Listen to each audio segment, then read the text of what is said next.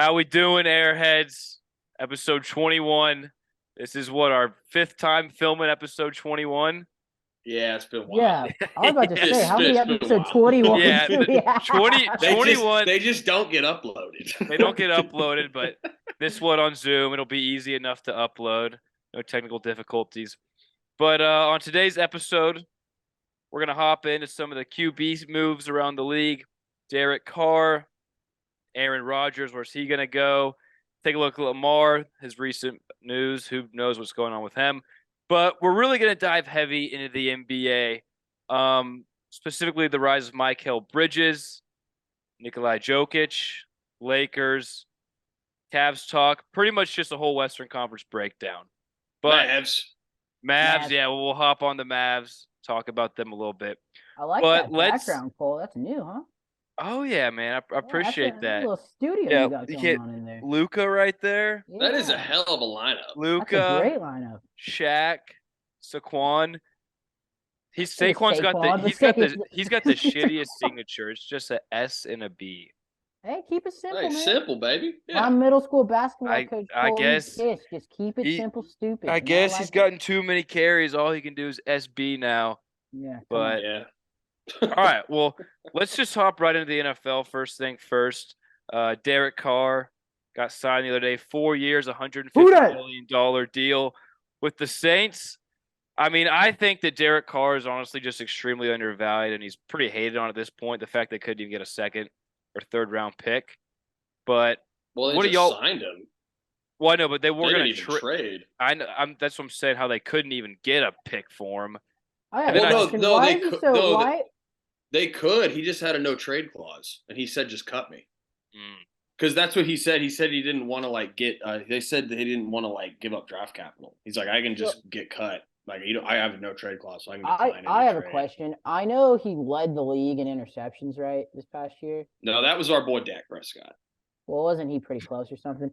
What was the big fallout? I feel like the Raiders have been so high on him his whole career, and then this year they were just like, oh, screw it. This guy sucks. The Raiders, they've had a weird thing around Carr. they've always been I don't know. And then I guess that's a long time to be though. I feel like they're an for Well, remember, they were in on Brady for a while. Well, I think the Derek Carr disrespect's been so bad. Since he's gotten there, they had Dennis Allen, who lasted 4 games, who he's now back with in New Orleans. They had the Henry Ruggs fiasco. They had the John Gruden email shit. Since he's been there, he's been the only consistent, good factor they've had. And terrible for defenses. They haven't had a top 20 defense his whole career. No.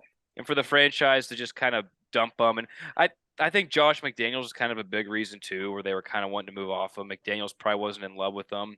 And now they're stuck paying Devontae Adams with all this money with no quarterback, and they're in no man's land against Mahomes and Herbert. But what's going to happen with I don't even know what his contract is. I feel like they got to draft someone. Yeah, unless they get Rodgers. Going on, but apparently they're out on Rodgers. They don't. They don't want Rodgers apparently. I mean, if I'm the Raiders at this point, I would totally tear it down. They're not going to do that, obviously, right? Because they just signed Devontae last season. They just got Josh McDaniels in, coaching. But they're not going to tear it down. Who knows? Maybe they'll get an Andy Dalton. Oh, that would be steady. So bad. No, but I mean, they're screwed either way, dude. It's they're in the same division as Patrick Mahomes and Justin Herbert. They're pretty screwed. Honestly, if I was them, I'd go sign Jimmy G, draft Anthony Richardson, and just let him sit. Because you got to have if let's say you draft Will Levis, and you think Will Levis could be a serviceable guy in that division and in the conference, doesn't even just matter. In general, you need a stud Anthony Richardson. He's volatile. He could be shit, but he also could be incredible. And if you want to compete in that division, you can't just be above average at quarterback. You got to be incredible. So I feel like you go get him, go get a bridge guy, and just go from there. Yeah, and I mean they have the 7 picks, so one of those 4 top guys are going to be there for the Raiders. Yeah. But I think that's what McDaniels wants to do anyway. Yeah, he didn't inherit. He inherited Carr. He didn't pick Carr. He wasn't part of that regime. That was what regime even was that picked Carr? It wasn't. It was before Gruden and Mayock. It was Well, they picked him in the 2nd round too, so it's not like he was the guy. Where they picked him. Where did he go to college? He went to Fresno State. He played with Devontae Adams. Yeah, he played with Devontae. Oh, yeah. But fuck the Raiders. Beyond the Raiders, how do we feel about the Carr's fit with the Saints? I saw it. I want y'all to guess this. Guess what Michael Thomas's you might have saw this, but guess what Michael Thomas's cap hit is for next season if they don't cut him? It's $60 million. Jesus. What? You know how we see all these? That's impossible. No, it's not, because the Saints for the His past 3 or cap 4 hit is years, $60 million. $59.4 million for next season. Do you know? Have you wondered to yourself, What? how do the Saints keep signing all of these players and making all these deals when they have all this dead money? What? Because the Saints have been How's maneuvering that the cap possible? for the past 3 or 4 years, where they restructure deals and then they push deals off, and now like they're finally paying for all of it. What'd they pay him? Like $500K the last 2 they're years? like, Like what? They just How is that possible? they just offload it, because he signed a 4 or 5 year, $100 million It was contract 20 a a few years year. ago. Yeah. They haven't been paying him shit the past few years, and they've been doing leading. I think they shit. have $39 million in dead cap last year. They're gonna have like $40 million in dead cap this year. Well, he's So- gone. They have to get rid of him. Yeah, Michael Thomas is gone. I think if they cut him, they still have to pay him like $38 million in dead cap. But I mean, they're saving like over $20 million. And Michael Thomas, they're not $20 about million. to take a $60 million cap hit. Yeah, and so for me with the Saints card thing, it's like, on one hand, when you don't look at the financials of it, you're like, okay, they're in the NFC South. The NFC South sucks balls. You're the best quarterback in the division by far, so they're the favorite to win it immediately, right? But on the other hand, 100%. it's like, you probably should just tear it down and build for the future. Should have just stuck And- with Jameis, bro. I don't think they should have stuck with Jameis. I think they should have I stuck don't with think they Jameis. should have stuck with I think they Jameis. should have either done what they did or just cut ties with everybody and just completely tank. But I do not mind the Carr move for him, though, just because like they could compete with Derek Carr at quarterback. Like, if I was a betting 100%. man, I would bet that they're going to win the South and host a home playoff game. I mean, their offensive line is better than what the Raiders was last year. They still have Chris Olave. They're going to lose Jarvis Landry probably. They still have Alvin Kamara. And Alvin Kamara, yes, didn't have a good year last year, but Pete Carmichael, like, I don't think he could have done a worse job. And with no help at quarterback or no threat, it's like teams just stack the box. So, like, you get Derek Carr in there. He's the best quarterback they've had since fucking Drew Brees by a mile. Say what you want about Andy Dalton or Jameis Winston. And put some respect. What's up with Jameis, man? I mean, Jameis is trash. reason- Why, Like, why are you No, defending Jameis? reason Jameis Jameis- blows. why are you because, defending Jameis? I'll tell you if y'all shut up. The reason I'm defending Jameis is because he was blind in one eye the year he had 30 interceptions. The guy was blind. He also led the league when he was Yeah, and throwing. he got LASIK and he still sucked. He didn't Yeah, he still suck. blows. Yeah, he got hurt. He didn't suck. He Give him a lost his chance. job to pretty Andy trash. Dalton. If Give you him a lose your chance. job to Andy Dalton, you stink. Hey, I'm no head coach. I'm no GM. I'm saying give him a chance. I believe in the guy. That guy. I think can make Jameis it- has had enough chances at this point. Yeah, Yeah, I think well, not a- Jameis no. is. I think Josh Jameis is done. I think for. Josh Rosen deserves a chance more than Jameis Winston. I mean, everybody's entitled to their own opinion, but I Josh would Rosen's like to. still even in the league. I don't Yeah, know, but didn't that he- guy got fucked over, dude. Like, Wait, if what anybody is deserves a that chance, the- it's is that the guy. bald? Is that the bald Or dude? fucking Kyle Trask. Give that guy a shot. Is Josh Rosen the bald dude from what, Tennessee? No, from he was Cal. from Who am I UCLA. thinking? Oh, who am I He thinking was, of? The yeah, dude that he was from Cal. Who's He the was the dude that played starter for for the the Titans? Cardinals for a year. who's the dude that played the started for the Titans against us this year, late in the season? That was Josh Dobbs. He's Tennessee. I like him. He doesn't have like eyebrows, or he's like bald. He has alopecia, man. Come on. But I think Isn't that what Jada Smith has? Yeah, that's what I think for the Derek Carr thing, though, it's like what it even helps more is their defense, because their defense was bottom 10 in time of possession. So, like, that defense was on the field a good amount of time. And, like, how can you be motivated as a defense, too, when Taysom Hill and Andy Dalton are your two quarterbacks? And you're going out week in, week out, busting your ass, holding teams. They had the best pass defense in the league. They were top 5 in scoring defense. They And had the number 1 pass defense. Or no, my last year? bad. The second pass defense in the league. The second pass defense Wow. in the league. I mean, dude, they got Marshawn Lattimore, they got Tyrann Mathieu, Marcus May. Like, they have Demario Davis, Cameron Jordan. Like, this defense before coming into last year, a lot of people had this as the best defense in the league. And No, this team's ready to go. Like, they have good players on all levels of the field. Like you said, they put them. Getting Carr immediately puts them in the driver's seat for the division. And I mean, like, realistically, Easily. you have 2 games against the Panthers, you have 2 games against the Falcons, you have 2 games against the Bucs, who we don't know what the hell the Bucs are doing now. That's probably 5 wins. Like, honestly, if you're looking like glass half full, best case scenario, I think you could see the Saints winning 12 games with their defense. They still have Kamara. Olave is going to be a monster next year. Mm-hmm. I mean, you got Demario Davis. Well, I think Demario Davis and Lattimore and Marcus Davenport are all free agents, so they're going to figure that out. I don't know what the hell they're going to do with the cap, but Lattimore's not a free agent. Lattimore's not a free agent. You sure? Yeah, Davenport is a free agent, but he had Cam Jordan. I'm sorry, Cam Jordan's not a free agent, or Lattimore. What? Yeah, they're both still locked in. Strike two, son. Marcus Davenport's I don't know about that. Look it up. Marcus Davenport's a free agent, but Marcus Davenport had a half a sack last year, so I think not ideal. I think they can afford to lose Marcus Lattimore.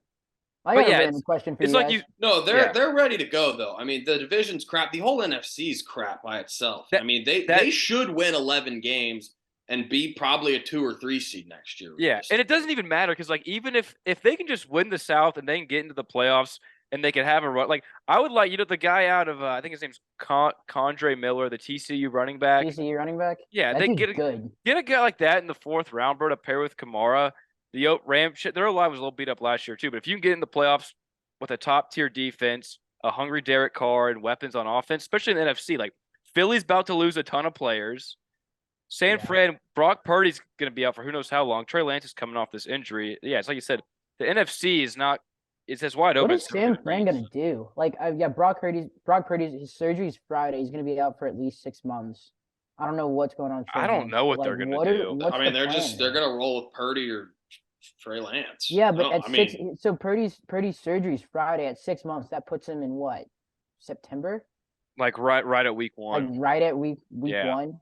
Like no preseason. Yeah. I mean, Lance will probably. I mean, well, I guess if he can't compete in camp, then I think you just got to give it to Lance. Yeah, like he. And I mean, he's still your 3rd overall pick. You gave up so much to get him. Like he got injured last year. We still have no clue what he is really. Like I would think they're going to let Lance compete for the job. Yeah. He's still set up for failure because as soon as he has a bad game, I mean, the whole stadium's going to chant Purdy. Give us Purdy. But Cole, who is he competing against? Like, he'll compete for the job, but like against who? Who? Purdy. Trey Lance. No, Purdy can't throw until like 6 months after. Well, it's obviously between him and Purdy. Well, yeah, I mean, so Lance is probably gonna start the season, but yeah, just like what Luke said, if he has a bad game, or he throws a bad pick, like all of Santa Clara is gonna be screaming for Purdy to get in there, and then every talk show radio in San Francisco is going to be wanting Purdy. All ESPN will be saying is, why is Purdy not in? And then it'll probably get in Lance's head. But yeah. I think Lance is done in San Francisco. Even if he plays, I think he's. I would almost want to be I feel like is this his 3rd season? Yeah. Yeah, 3rd season. You haven't really done anything. You say he has 2 good games and has 1 bad game. He throws 2 picks in the first half and he's just booted out. Yeah. That's the guy that needs a chance, not Jameis Winston. Okay, hey man, give Jameis. You said it. He stole some crab legs 12 years ago, and all of a sudden he's just a terrible. I don't know where your weird affiliation for Jameis I don't think the crab legs. That guy is not good. Jameis still. I think people don't like Jameis because he just flat out isn't that good of a quarterback. I don't know, man. The kid can motivate me. Have you ever listened to one of his pregame speeches? Do you not get fired awful. up? No, he can motivate, but it's motivating's that's the small part of the game. I can't throw a ball 10 yards down the field. I don't think Jameis Winston's a great quarterback. I'm just bullshitting. But he sucks. I'd want him on my team. I'd take him as a backup for sure. Maybe he's like a coach, like a morale coach. Yeah, Caleb Presley, kind of a morale guy. Yeah, get him on the sidelines, kind of just hyping guys up. If a guy throws a pick, some 22-year-old rookie, hey, come on, man. You got we'll get some crab legs after you got this, brother. You got a little allergy? You got some allergies going on? My allergies are going crazy. They are bad. I'm more just kind of spitting. Zen, though. Nice. But, yeah, we'll move beyond the Derek Carr talk, though. But, yeah, I mean, it's like a yin and a yang thing. I can see how you hate it. I can see how you like it. But if, the Saints – my conclusion on it is, the reality is the Saints aren't going to win a Super Bowl with Derek Carr. No. They're probably not even make a NFC Championship or Super Bowl unless something crazy happens. So it's probably going to backfire. But they have a shot. It at least gives the franchise and the fans hope. It at least gives them that. But reality, they probably win a wild card game at best. I think. But all right, next up, Aaron Rodgers. After his 4-day darkness retreat, Came out of the dark hole, baby. came out of the Bought that dark top hole, hat. cleared his head. He's been doing his thing, but yeah. So I think it was the Jets owner, GM, Saleh, all flew down to California to meet up with Aaron in person. Joe Namath even announced too that he would unretire number 12 for the Jets franchise to let Aaron Rodgers wear that if he went to the Jets. I saw Brees Hall tweeted at him. Garrett Wilson, everyone on the Jets wants Aaron Rodgers there. Like I have never seen a team been this thirsty for a quarterback in quite some time. But so the Jets are the favorite. I mean, beyond the Jets, it's like I think he's done with Green Bay at this point. I mean, what do y'all think? I mean, I the think Jets he's are in done, the Jets are in a corner. Like They're they in the have driver's no seat. other They're in the they have no driver's other seat. options at this point. Derek Carr's gone. They're out on Jimmy G. Like they really have no other options. So they're selling their soul to get Rodgers. Like he's really all they have. Yeah, they're all in. I mean, like, and honestly, like the Raiders are out on him. The Dolphins have said they're out on him. So it's like, and I don't think Green Bay wants him. I mean, that's what people Yeah, said that's after right. the I don't combine really was. think Green Bay even really wants him anymore. Yeah, I mean, people were saying after the combine, They like gotta move on. The vibe they got from everyone at the combine was Green Bay's done. Like they want him to come back and say, "I don't want to come back." So I think it's either Jets or I think it's retirement. I think there's actually a decent chance he might retire because I mean I don't know what else he's gonna do. That'd be such a weird retirement, though. Like it's like, all right, It's some weird The shit thing he'd is, do though, Yeah, but Aaron Rodgers he's a can weird still guy. play. Like he can still fucking 100%. play. Yeah, I don't think he was arguing oh, that though. If he retired, because I mean, he loves like going to the media. He loves getting the attention of the media. He'd be flirting with a comeback the entire time. I don't. like, Aaron I don't know. Aaron Rodgers We'll does see. not like the media. But he likes the attention. I think he likes the attention. Like, I mean, I don't. he goes I on Pat mean, McAfee every Tuesday and that's the shares only every show he secret goes has. on. I think Aaron's like the opposite of a media guy. But I have a sleeper. I have a sleeper fit for Aaron. Okay, hear me out. The Bucks. Do you think he wants to follow Brady? Well, the Bucks are way over the cap. No, just hear me out. Hear me out. Okay. First of all, if I'm Brady, I do not want to touch the AFC because at this point, or not Rodgers, Brady. If I'm Rodgers, yeah. I don't want to touch the AFC because if you're Rodgers at this point, your only goal should be to win a Super Bowl. It's like you've won multiple MVPs. You have that one Super Bowl. For your legacy, get another Super Bowl. That'll boost it tremendously. For starters, you're in the NFC South, like we just mentioned. Terrible division. If Rodgers goes to Tampa Bay, regardless of who they lose in free agency, they're the favorites. I don't care about Derek Carr going to New Orleans. Like they're the hands-on favorite to win that division, right? Probably hosting a home playoff game.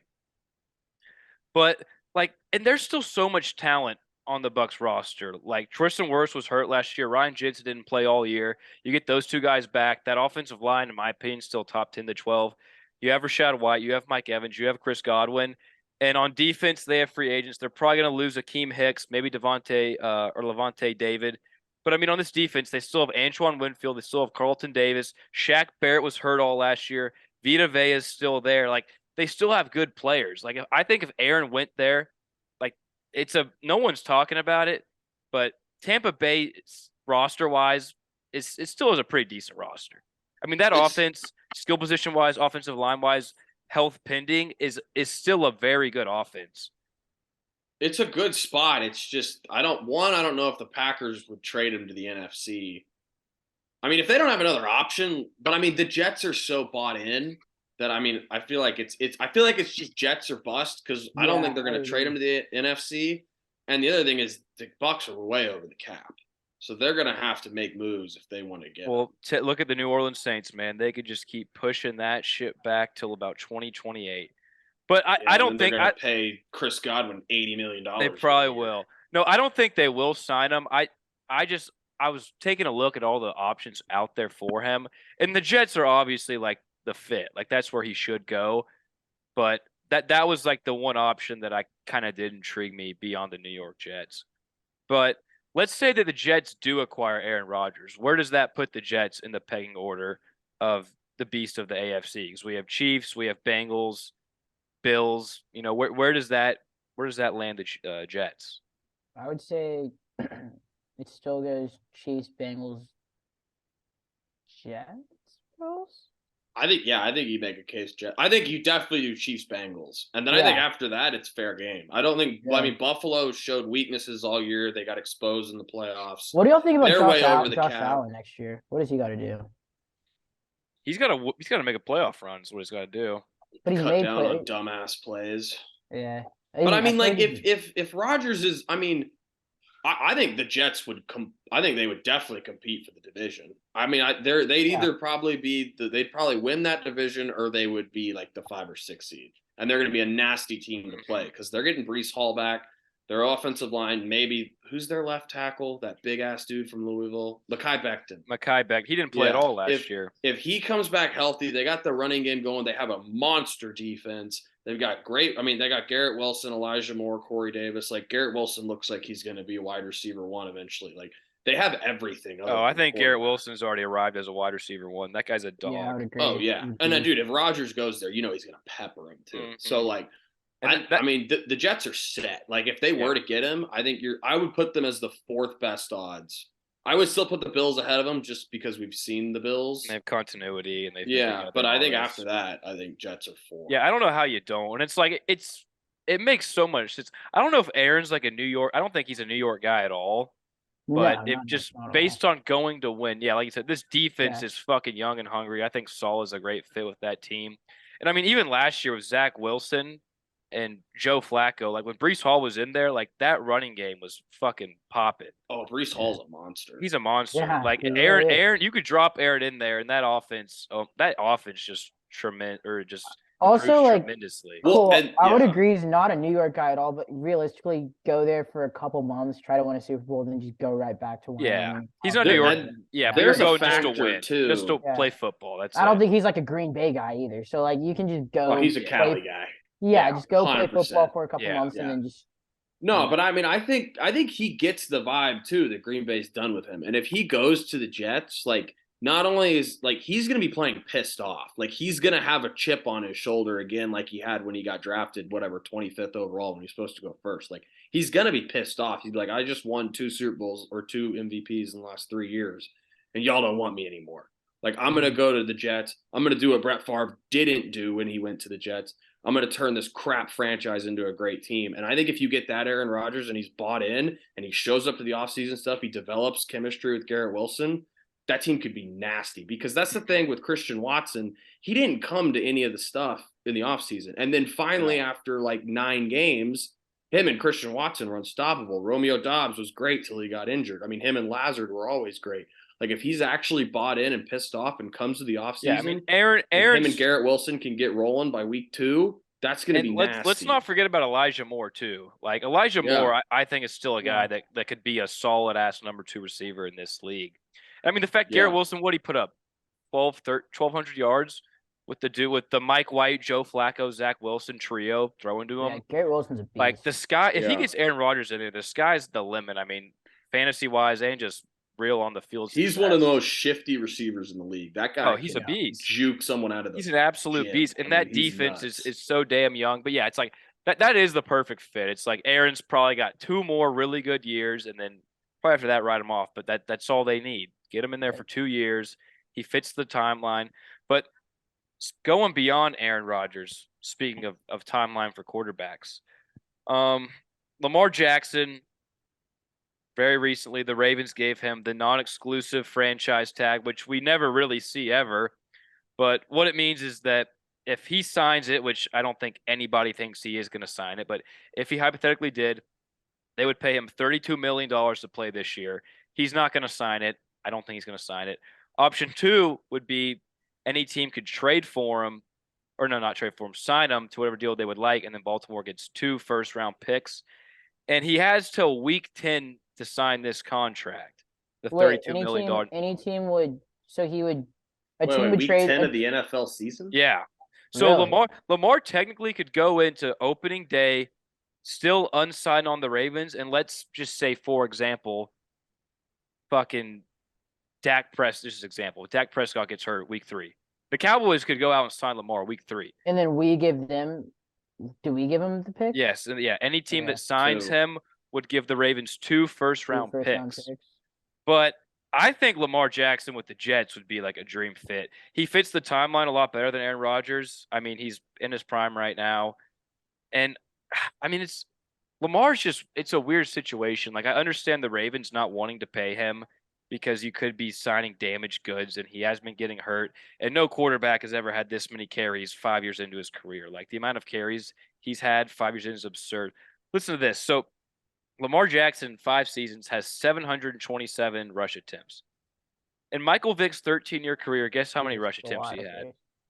600 something, 800 something. 600, 700. He had 873. So about 150 more in a 13-year career versus Lamar 5 years in. And Michael Vick had the 3-year stint in jail to let his legs rest a little bit. So, like, I understand the hesitation for not wanting to sign him. And for Baltimore, it's like you pay Lamar 40, 50 million. Then, you're stuck against Burrow and Mahomes. It's like, do we really think we can get there? We didn't get there at all on a rookie deal. So I think Lamar's best off going somewhere else. Personally. There's some weird shit going on. The amount of teams that publicly came out within like 2 hours of that tag getting placed on him and just said like, we're good. Like the Commanders, the Panthers, the Jets, the Dolphins, like all these teams immediately were like, no, we're good. Like something's going on. Like I know people have been hinting at like collusion. I don't know if that's it, but there's something weird happening. Like this is what is he in this will be his 6th season. Yeah. He's had one of the greatest starts to his career ever. He plays the most important position. He's won an MVP. He's gone to like 5 Pro Bowls. He's an incredible talent, and he's like 27. Like, if he went to the Washington Commanders, he would be the best quarterback in their franchise history by a mile. If he went to the Panthers, he'd be the best. He's better than Cam Newton. Like, there are so many teams where he would instantly be the best quarterback they've ever had, and everyone all of a sudden is just like, nah, we don't want him. Yeah, and I get there's the contract stuff, but like I feel like teams usually keep that a little closer to the it's in-house. Like, hey, we don't want to, but we're not going to go out and say like we don't right want after it was like every like primetime team that was supposedly looking at him just all announced like we're not in on this. We're good. That's weird. That doesn't happen. Like, and I don't know why. I want the only thing I can think is if the NFL as a whole is trying to make a statement. Because we know what Lamar's asking. He's asking for the fully guaranteed Watson contract.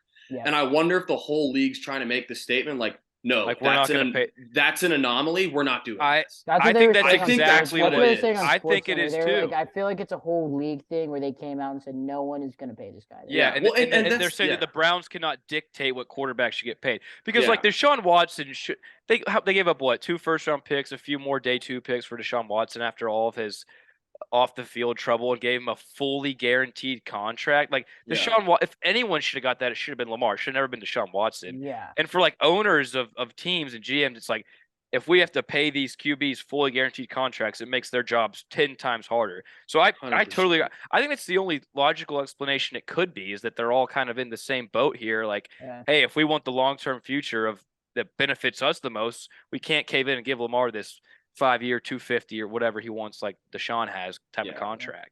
Well, and that's the thing. We know the Ravens have offered him a massive contract, and we know it was in the ballpark of like 225, 250 with like 150 guaranteed, like Kyler's, which is like, I think that's acceptable. But I think like every team knows what he's asking for, so I think they're all just like, nope, we're out to make a statement. Like, this is not happening. Like, we're not doing this. We're not getting sucked into doing what the Browns did. We're not going to let y'all dictate what the market is. We're refixing the market. Yeah. I wonder what happens if he just goes. I mean, is he going to play this year? I think he's done in Baltimore. I think he has to be done in Baltimore. I mean, this contract talk has been going on for like 3 years, 2 years, something like that, right? But this is the other thing too. Like, if you're the Washington Commanders, why are you out? You have a good defense. You have Terry McLaurin. You have like a good draft pick. You have some good young players on your team. The NFC is wide open. I'd say screw the league. Like, I'll give him whatever the hell he wants. He would be the best quarterback in Washington's history by a mile. Like, and you get Lamar Jackson, the Commanders are instantly a top 4 or 5 team in the conference. Yeah. Yeah. I mean, I think it's more of a thing. It's like ultimately, I think owners owners want to like cover their ass ultimately and what benefits them the most. I mean, they didn't But I get think to what the Luke is top saying is like, dude, by being screw that. We unselfish. can win No, though. but Like, I think a team's going to cave eventually, probably sooner rather than later. Honestly, if bite I'm the an bullet owner, and if go I'm an for it. owner, I'm gonna use everyone else's stance against them. I'm just gonna say, y'all want to do it? Screw y'all. I don't care. Yeah, Like, I'll use do it it. against them. Like, why wouldn't you? Like, I get like you're giving up that kind of money. When are you ever gonna have the opportunity like this again? When does a franchise MVP level quarterback he's ever only come I know on he the has a lot of market carries, but he's only when he's 26, 27 too. years old? Yeah, Like, or 26. 26. Like, that never happened. I mean, the NFL's in a weird direction right now, though, because like Deshaun had his thing, yes, but Deshaun before that, he's that talent. Russell Wilson, I know he was on the wrong side of 30, but it's like before even these past few seasons of these franchise guys being on the market, like it never happened, and now we're seeing it No. constantly just because of the financials of the NFL. It's like teams do not want to pay these QBs, and I think a lot of it too is like the fact that there's such a standard now to where it's like if you can't be on like the Mahomes Burrow level, it's almost like we can't throw our whole entire bank account at this Yeah. one QB and expect to elevate him. And I think Yeah. that's almost like there's a big gap in like the cream of the crop with like the Yeah, Burrow there is. and the Mahomes in the next tier. Yeah. I mean, I think there's I recency think bias. Patrick Mahomes has fucking shifted the entire league because at the end of the day, it's like if you can't beat this guy, you're not going to win at all. And like this is the best player we've ever seen. Like say something about Brady, he's the best player we've ever seen. No, I think there's recency bias with the 49ers and the Eagles. And I think there's real conversations about because no one's ever done this before, but it's like, what if we just load our roster completely have, and like, then an we average draft a quarterback every 5 years? Like I think that's a Yeah. real conversation going on. It's like, is this a new possible method to build a team? And you saw it with the Niners and the Eagles. I mean, their rosters were just completely Oh yeah. stacked. Well, with the Niners too, it's like we the drafted Eagles a had seventh. Jalen Hurts, For but the Niners, we drafted a 7th-round rookie, but we had this badass roster around, and we were that close Right. to a Super Bowl. If he Yeah, doesn't get literally hurt for the drafted Niners' the eyes, we'd last probably pick in make the the Super draft. Bowl. Yeah. Yeah, it's like, well, Literally the nowadays last too, pick it's in the like draft. it's so much easier for QBs to transition now because college and pro have kind of merged styles a lot more than it was 10, 15, 20 years ago. To where, teams were like, yeah, if we just load up the O-line, load up skill position, yeah, we can pay a quarterback on a rookie deal, and then if he's not that top cream of the crop, then we'll move off of him. It's like they're not as committed anymore. Yeah. I think that's I mean, it's gonna backfire eventually. Like there's always these trends that happen and it always reverts back to the mean. And this is gonna revert back to the mean. And some team's gonna try to do this and it's gonna just totally backfire. And it's gonna be like, okay, actually having a good to really good quarterback actually matters. Like you can still win having a top 6 quarterback, top 10 quarterback, and maybe not a top 2. But the problem with that though is if you don't have a top 2 or 3 quarterback and you have a top 10 quarterback and you pay him 50 mil, then the rest of your roster is going to completely suffer. And it's like we've seen that trend play out throughout you the whole got to entire make up for it in league. drafting and developing. I Well, mean, and I think teams that's what do that. I think that's what it comes down to. Though, is the Ravens don't believe Lamar will be the guy that can elevate the team's weaknesses and take him to the promised land. Well, I mean, they shit, obviously when you give him no like, receivers. Yeah, I mean, who's he had to throw to? His best receiver's been like Hollywood Brown, Des Bryant. I mean, Mark Andrews is a number 1 receiver, pretty much. Yeah. But I think Lamar has gotten just a shit deal. I mean, he should have gotten paid by now, no doubt about it. But I also I understand the other side of the spectrum to where his injury problems now, his style of play, like can scare you. Like I get both ends of it. Yeah. No, I get the whole like if you have to trade 2 first-round picks and then you have to give him 5 years, 250 fully guaranteed. I understand why a team would be like, okay, that's a lot. Like, not only are we giving up our next 2 first-round picks, but like this guy could get hurt for 3 of these 5 years and not play, and we're shelling $50 million. I mean, he's missed I think 20 games the last 2 seasons. Like he hasn't finished the last 2 seasons. Yeah, he hasn't been healthy at all. Yeah. So I mean, yeah, if you have a guarantee that Lamar Jackson's healthy, like you're gonna make the deal no matter what. But it's like how many games did he miss? Because I saw a stat that he's only lost like something like 50. He's won 75% of the games he's he has like one of the best winning percentages ever. Yeah, that's crazy. No, when he plays, he's dynamite. Like he's top 5 when he plays. It's just recently he's always hurt, and he's never been a QB2 that's kind of he's not like a Kyler to where he knows how to avoid contact. He slides when he needs to. Like he kind of takes those hits. I don't. But I also think like that's just the style he's playing. Like he's not like. But that style he doesn't hurts. avoid half the time he like just goes around him and goes another 50 yards for a touchdown. You know what I mean? And I don't think Kyler has that kind of quickness and shiftiness. I think Kyler does, but Kyler looks at it from a financial perspective. Like if Lamar I didn't think take Kyler's just straight if like Lamar that. didn't take wear and tear like he has been, like yes, his Lamar stats takes and numbers hits. Like would Lamar be as likes good. to hit people. But that's what's Yeah. not getting him paid is because of the fact he's taken those hits, which has translated to injuries, which translate to the concern of is this guy going to be durable for a full 17-game slate?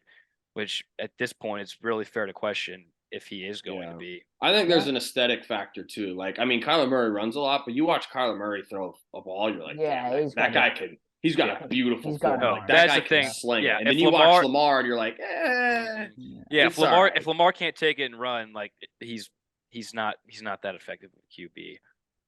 But I still am on the train that I don't think Lamar's a bad passer. I don't think he's a great No. passer, but He's I not don't top think tier. he's bad. Like people, a lot of people are like, oh, he's a They're like, oh, he terrible can't passer. throw. He's It's not like, oh, a he can terrible throw. passer. Yeah. The dude led the league in agree. touchdown passes his MVP year. Like I would say he's a bottom half pass. I don't think he's in the top half of starting quarterback passers in the league.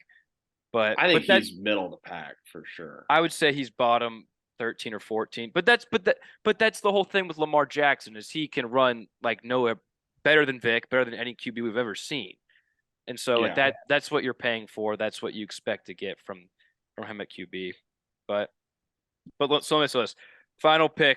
Where's he going to go? Commanders. They don't want to pay him though. They already said they don't. I think it just makes. I don't know. They're just so desperate. It's either got to be them or the Falcons or the Panthers. I was thinking, why don't the Falcons? What is their plan? I was gonna say like. Do you know how big of a star Lamar Jackson will be in Atlanta? Oh my god! Oh my god! It was love over there. I mean, they had a great run game last year with Mariota and fucking Tyler Algier. Like, if you got Lamar in there, like that run game. And I mean, Lamar's has great chemistry with Kyle Pitts, with Mark Andrews. Now you give him Kyle Pitts, same. Yeah. I mean, he works well with tight ends. You got Drake London there, and the fact they're in that shit conference or division. So yeah, that's the other thing. If you're a team in the AFC or in the NFC South, you get Lamar Jackson, you're instantly the favorite. Yeah. No matter which team, like Falcons, Panthers, Bucks. Obviously, the Saints just got their guy. Whoever he went to, they're the favorite. Yeah. Like instantly. And that's why I like the NFC South for all these quarterback openings because, like, you get a Rodgers 100%. or Lamar in there, like, you're the favorite. Like, there's a good chance you're hosting a home playoff game, and if you have almost not a lock to get the playoffs, obviously, but you become the odds-on favorite like that. It's like that, regardless if you can make a run or not. Like if you're going to get to the playoffs for a few years with this guy, host some playoff games, like that does a lot for the franchise. Yeah, absolutely. Especially a team like the Panthers. Yeah, but not like the Packers. But beyond the QB talk, let's take a little deep dive into the NBA. Whoa, hang on. Yeah. What's up? So I've prepared a game. Okay, what's your game? In the spirit of March Madness. Okay. Ooh. So it's a bracket. Now it's NFL surrounded. So if you want to save it for the end, but since we're on NFL, we could do it now. It's gonna take. Let's do it. It's gonna take a little bit. It's in the spirit of March Madness. All right. Let's rock and roll. So let's do it. You're sitting on your couch, and you turn on Madden to do a fantasy draft. Okay. All right. Non-quarterback. This is a non-quarterback fantasy draft from this day forward. You are picking this player as your lead, as like if you would start a franchise with this guy. Wait, so is this like fantasy football or just like no, like fantasy draft on Madden? Oh, okay. Defense and offense. So every positions all over the place. The best young players in the league. We're gonna do a bracket, and we're gonna narrow it down to the number one non-quarterback you would take on your team to start your franchise with from this day forward. Okay. All right, so we got 32 players. Yeah, that's a lot of players. Did you make a bracket? Oh, hell yeah. I randomized it and everything. I spent some time on this. I'm excited about this. I love it. All right, now then I figured since there's three of us and we're going to disagree on some, we just go best 2 out of 3. Okay. Whatever player gets unanimous. 2 votes has to move on. Okay. Yeah. Yep. All right. Matchup number 1, Trent Williams versus Kayvon Thibodeau. Who do you take? I'm going to take Thibodeau. I mean, Trent Williams is, 33 at this point? Yep. I take Thibodeau, too. Kayvon Thibodeau, he showed real flashes last season. I mean, he could easily be a guy that ends up being a 5-time All-Pro. Yeah, I take 3 Thibodeau for too. 3. Trent Williams I is like that. awesome, but he's just Yeah, too old. he's just old. You got age is probably the biggest factor in all this. All right, matchup number 2. Sauce Gardner, Trent Wirfs. Sauce. Yep. Arguably Easy. the best corner in the league as a rookie. Already. Yep. Yeah. He's gonna go far. All right, matchup number 3. That guy's gonna go somewhere. Wait, so did you seed these guys, or did you just put 32 guys in like a generator? I put 32 in a randomly... generator. I put Okay, 32 in it. I didn't want to sit there and like see them out. So match TJ Watt, Travis Kelce. TJ Watt. Just because of age. Kelce only has what? 2 more good years. Yeah. And I had to put some of these guys like Aaron Donald, Travis Kelce in there. Yeah, you got too good. You have to. But I think TJ Watt. All right, Quentin Nelson or Joey Bosa? Quentin Nelson. I think I'm going Quentin Nelson too. I mean, Bosa's. I think Bosa just has too many injury concerns. And Bosa's what, like 28 now? He's something like 29. I mean, he's still in his Quentin 20s. Nelson did not have a good year for his standards by any means, but I think probably if there's any young guard in the league, you're going to take Quentin Nelson. I think he's obviously best guard. Yeah. And both Bosas have injury concerns, but Joey's never lived up to what Nick has. Nick Bosa's in this, right? Oh yeah. Yeah, he's going to go. All right. Next one, Nick Bosa versus AJ Terrell. Nick Bosa. Yep. AJ Terrell's great, but yeah, you got to go Nick Bosa. Yeah. I feel like AJ Terrell could have gone farther, but he got paired up with Nick Bosa. Yeah, he got a ship. There's a bad draw. He was facing a 15 Will Rodgers seed bad there. draw. Yeah. All right. Next one, Fred Warner or Justin Jefferson? Justin Jefferson. Yeah, JJF. Yep. Fred Warner's great in his own, but yeah, Justin Jefferson's he's probably one of the top contestants. Gotta go, JJF. All right, next one. This one actually might be interesting. Trevon Diggs, Tyreek Hill. Tyreek's like 28, 29 now. I like How old is he exactly? How old is Diggs? Diggs he's in his third year, third or fourth. Because Tyreek's like. And 28. how old is Tyreek? Tyreek's 29. He just turned 29. I don't know if I could take Trevon Diggs over. I'm going Tyreek. I'm going Tyreek Hill. Trayvon's 24. Okay, I'm going Diggs. I'm gonna go Tyreek still. I mean, you are. I think Tyreek still has 5 or 6 really good years. Okay. That one's hard. That That's one's the hardest one at this point. Yeah. I'm gonna go Tyreek Hill though. All right, Tyreek moves on. All right, next one: Penei Sewell or Jalen Ramsey. Penei Sewell is how old? Second year in the league. I'm going Sewell. I like he's his second year. Ramsey's what, 29? Penei Sewell's 22. Give me Penei Sewell. Yeah, I'm taking Sewell too. That's hard because I mean, if this was 4 years prior, you take Ramsey. Yeah. All right, Chase Young or Myles Garrett. That's a good one. I think I'm gonna go with Chase Young. He's like 5 years younger. Really? Oh wow, I would have gone Myles. I'm going Myles Garrett. Wait, hold on. All right. Hold on. I don't think Myles Garrett's that old. Dude, Myles Garrett was at A&M like 10 years ago. Chase Young is 23. Myles Garrett's 27. Oh, I thought Myles Garrett was like 29. I'm taking Garrett. But Chase Young though, whenever he played last, he was great. I don't think Chase Young played last year. He didn't play last year. 2 years ago.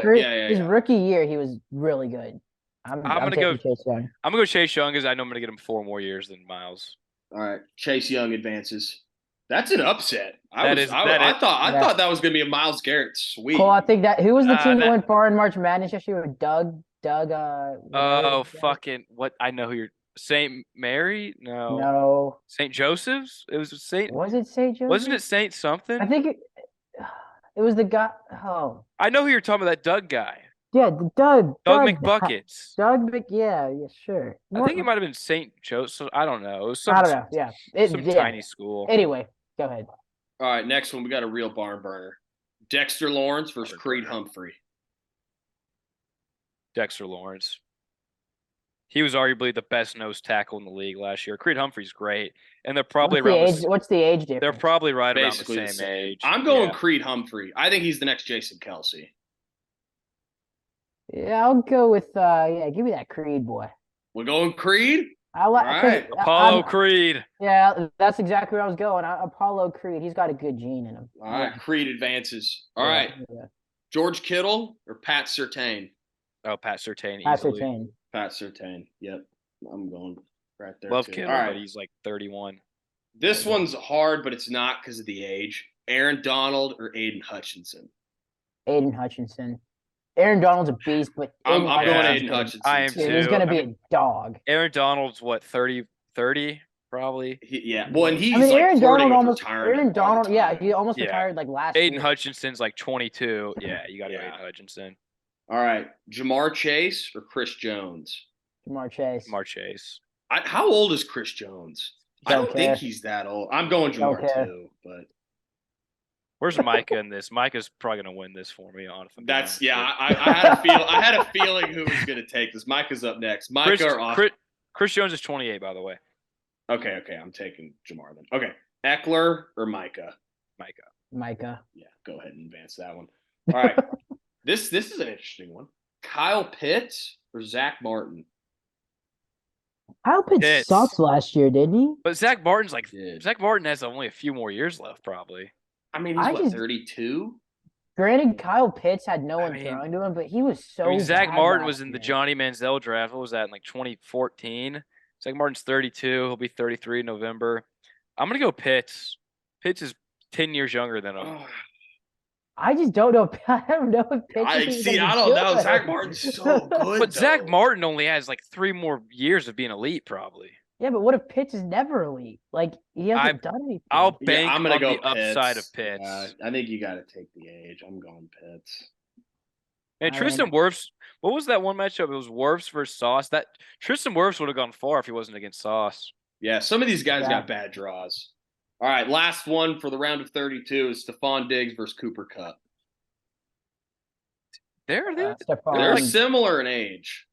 Stephon Diggs. I'm gonna go Kupp. Kupp's 29. Diggs is That's a good one. also 29. Damn, that's I'm gonna take Kupp. I'm gonna go Diggs just for the. I'm gonna go Kupp. I'm gonna go Kupp. All right, Kupp advances. All right, the Sweet 16 set. Round 1. Look, this is a good one. I like this. I like this. Yeah. Round 1. Kayvon Thibodeau or Sauce Gardner? Sauce. I got Sauce too. Sauce might win this thing. He's gonna be up there. All right, next one. TJ Watt, Quentin Nelson. TJ Watt. TJ Watt. Figured we're all on that one. How old is TJ Watt? 27? He might be younger because he was in the in the taco 26, draft. I think. Yeah. Was that like maybe? was that 2017? 2018? He's 28. Oh. TJ Watt's 28? Really? Turns 29 in October. He'll be 29 midway or a few weeks into the next season. I still take TJ Watt. He's too good. He's way older than I thought. All right, this next one is a good one. Nick Bosa versus Justin Jefferson. Justin Jefferson. They're like this. I'm going Bosa. Is Bosa 24? Jeff's 23.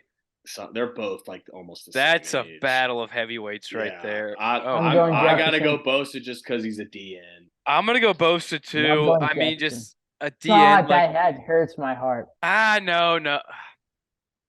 Justin Jefferson was already the best wide receiver in the I league know last year. Nick Bosa kind of has his injury. I'm gonna go Jeff. Nick Bosa won Defensive Player of the Year. I know he did, but Justin Jefferson won Offensive Player of the Year. That's a good point. And Justin Jefferson's 23. Okay, so Cole, you went J Jeff? I'm gonna go J Jeff. Yeah, all right. That hurts. I love advances. Nick Bosa. That hurts. Damn, Nick Bosa going out in the Sweet 16. That's a battle of heavyweights for the Sweet 16. That could have been. That could have been the finals. Honestly, that could have been the finals. Yeah. All right, next one: Tyreek Hill or Penei Sewell? Penei Sewell. He's 22. Like, he's probably gonna be a Tyreek is so good.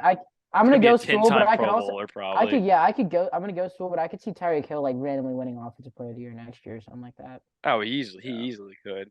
I'm gonna go Sewell too. All right. For me, like age is the biggest thing I look at with all these, but yeah. All right, next one: Chase Young versus Creed Humphrey. I think we're all Chase Young. I'm Chase Young. Yeah. Yeah. I don't Chase Young. God, I wish Nick Bosa should have been in that slot. I know. He should Hey, be over Cole, Penei Sewell Cole, too. you don't determine who you play. You determine how That's you right, play. that's Who you right. All play, right, son. this is a good one. Pat Surtain versus Aiden Hutchinson. Pat Ooh, Surtain. I'm going Hutchinson. I'm going Aiden Hutchinson. Pat Hutchinson? Surtain was arguably the best cornerback in the league last Dude, year. I think Hutchinson's going to be one of the best pass beast. rushers. He though. just might be. I mean, I can't go wrong with either one. Yeah, All right. that's another really good one. All right, so Hutchinson advances. Yep. Oh, this is a doozy. God, this is a Jamar Chase or Micah. Micah. I gotta go Micah. He's too good. And we're Cowboy fans. So like All how right, I'm a Cowboy. Micah. Yeah, I'm not even gonna say anything. I wouldn't be That's- mad. I wouldn't be mad at someone that picked Jamar Chase. So you Yeah, can't be mad I mean, at him. But that's so Yeah. hard. but at this dude. point in the league too, like there's the receiver talent's so fucking rich. Yeah. And like at the end of the Micah's day, like a once in like generational. Yeah. a pass I'll go rush Micah. wins you games more than a receiver. Yeah. Justin Jefferson and Jamar Chase go down in the round. No, Jefferson advanced, right? Oh, Jefferson did advance. Sorry. Yeah. Yeah, that's right. Okay. All right. And the last round, last two battles, or no, the last one of the Sweet 16, Kyle Pitts or Cooper Kupp. Cooper Kupp. That's a shit matchup for a Sweet I know. 16 here. That was like a 13 and a 6 seed advancing. Yeah. I think I go Pitts. I'm thinking. I just Kupp. don't know shit about Pitts. Dude. Thinking Like, Cup, bro. I mean, Cup. I'm like Cup. going Kupp. People forget Cup's the best. He might be the best receiver in the league. Like I don't I'm think gonna go people Cup. forget, I'm gonna go dude. Cooper Cup. All right. Cup advances. The Elite Eight is established. Matchup number 1, Sauce Gardner versus TJ Watt. Sauce. Sauce. I'm going Sauce too. I Sauce can't believe might TJ Watt's 28. That's Yeah. He's older than I thought. All right. Next one. Chase Young versus Aiden Hutchinson. Ooh, that's a good one. I'm gonna going go Hutchinson. I'm going Hutchinson. I'll Chase go Young, Hutch. he's been playing. Like Yeah. and Chase Young he's had an easy but schedule up to this point. Like Chase Young, like he's another one that he could. I mean, I guess any of these guys could win defensive or offensive player of the year next year. But like, I mean, Chase both Young- Chase Young and Hutchinson could both be like Hall of Fame players. Yeah, Yeah. I'm gonna go Hutchinson just because he played last year I am and too. played well. All right. Justin Jefferson or Penei Sewell? I think we're all Jeff. probably. Jefferson, Yeah. And then Micah or Cooper Kupp. Micah. Yeah. All right. Final four. We're in the final 4. Sauce Gardner or Aiden Hutchinson. Sauce. Yeah, Sauce. I'm going Sauce. Those All are right. so- The two favorites taking each other out. Damn. Justin Jefferson versus Micah Parsons. I have to go Micah. Like I don't have a choice. I have to go Micah. All right, I'll go Justin Jefferson. It's on you, Luke. You know the right choice. I gotta go Micah. You have to go like, Micah. Yeah. He plays the I second know, most I know, important I know, position. I know. I'm not mad at it. I'm a Cowboys fan, so it makes sense. But you know, I love my LSU boys. All right. In our non-quarterback best player in the league for the future and now tournament, we have You already know my answer. Sauce Gardner versus Micah Parsons. Micah. Who Sorry. could have guessed this? Give me the edge rusher over the cornerback. Yeah, the favorite Yeah, one. I go Micah. Yeah. too. Yeah. Duke wins another one. I Yeah. wonder like for a draft like this what like a non-Cowboy fan would I say. can see Sauce. I can see Justin Jefferson. I can see winning. I think it'd be Mike- Justin Jefferson or Jamar Yeah. Chase. Or Nick Bosa. Mm-hmm. I mean Nick Bosa, he had a buzzsaw matchup against Sauce or wait, he was against Jeff. He was against Sweet Justin Jefferson in 16. the Sweet 16. That's like a fucking Yeah. it's a blue blood going down to the Sweet 16 right yeah, there. that should have been a Final Four matchup. Yeah. How about Cooper Kupp making it to the Elite Eight? Yeah, congrats. Yeah, old man Cup. Yeah. I Penei like that. Sewell. Yeah, that was a good segment. I like that though. That Oh was yeah, good, bro. to the I spirit like of that. March Madness, baby. Oh, yeah, I like that. All right, Micah Parsons Is is the player we the take. crown winner.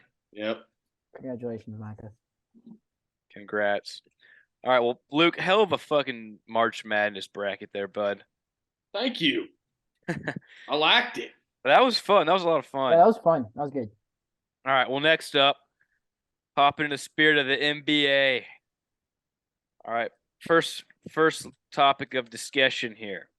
So It's a parade inside my Mikal city, Bridges yeah. was the centerpiece of the KD trade. He's kind of been a guy like the Suns have had him. He's been a really good player for him, but he's never gotten the usage or We're starting been a off the NBA centerpiece. topics with Mikal Bridges. We're gonna Come on, man. Let's get into some Kevin Durant. Come on, you gotta walk before you can run, okay? All right. And I do want to talk about him. He has been popping off. He has. In his Mikal Bridges, yeah, he's been going 9 games as the feature guy for Brooklyn, he's averaging 26 points, 6 boards, 3 assists, 54 from the field, 50% from threes. Like he's been popping off. But let me ask you all this: do y'all think he's a type of guy? I don't think he could be I don't think I'm saying he could be a You're not 1 gonna win it. No, on you're a not gonna win championship team. championship But with could he one. develop into a 2 on a championship team? 100%. I think so. Who is that sexy Hello, bro? man?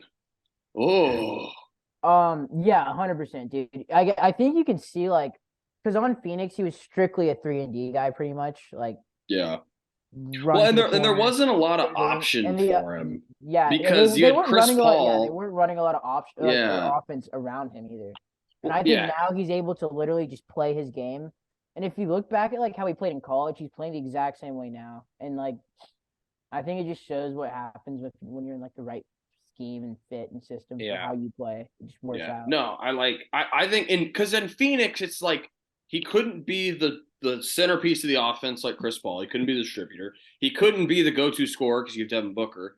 And he couldn't be like the real second option because you have the first overall pick in DeAndre Ayton that you got to feed or he's going to get moody. So it's like there wasn't real like you had to put him in that 3-and-D role. And it's like, hey, if you can give us 18, that's great.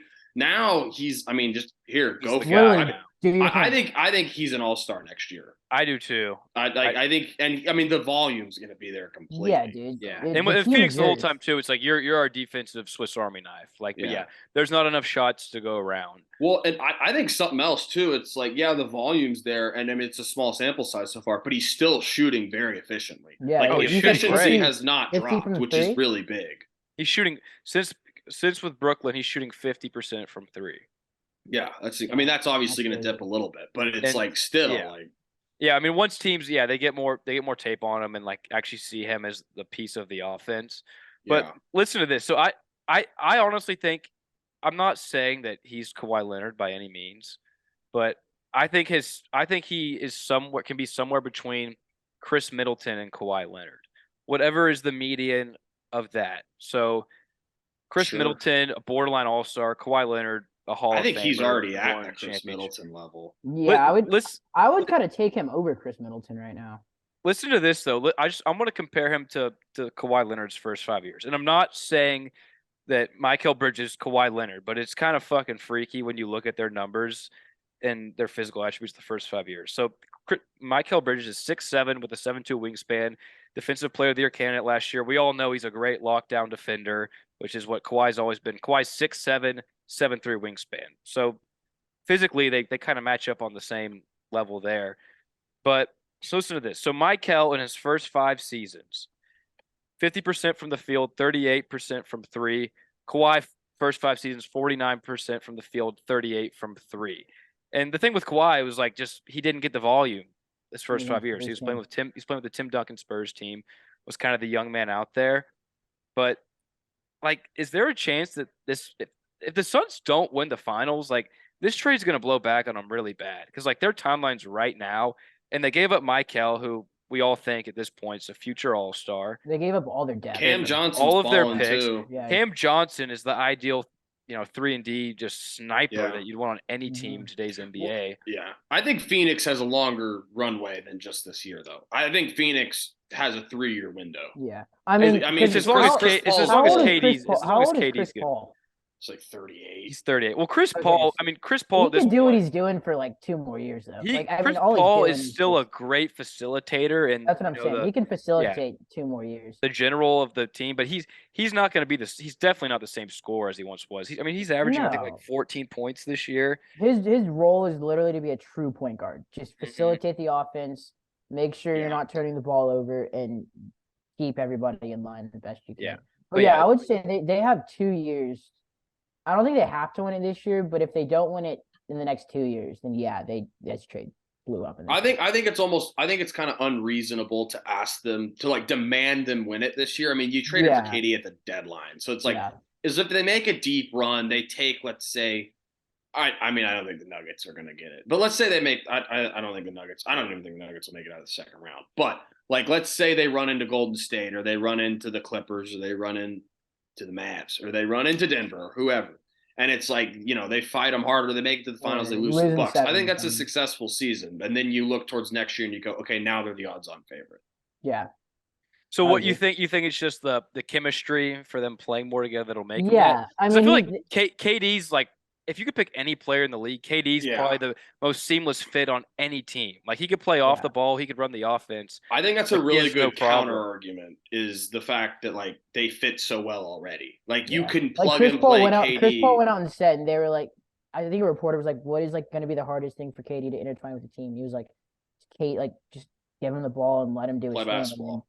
Play defense." Like, and when KD wants to play defense, he's still a great defender. Yeah. I mean, honestly, I don't even think it's like the reason is going to be chemistry this year. I think it's going to be depth and defense, which they don't have. They don't have a lot of depth. No, I mean, they don't have a lot of defense. But can they really address the depth though? I mean, they have KD on a max deal. They have Chris Paul on a max deal. They have Booker on a max deal. You know how many people will sign that exception to come play for them? Yeah, that mid-level exception for $5 million or whatever it is. Who would be a good like type of player you think they should try to get next year? Like a Jay Crowder.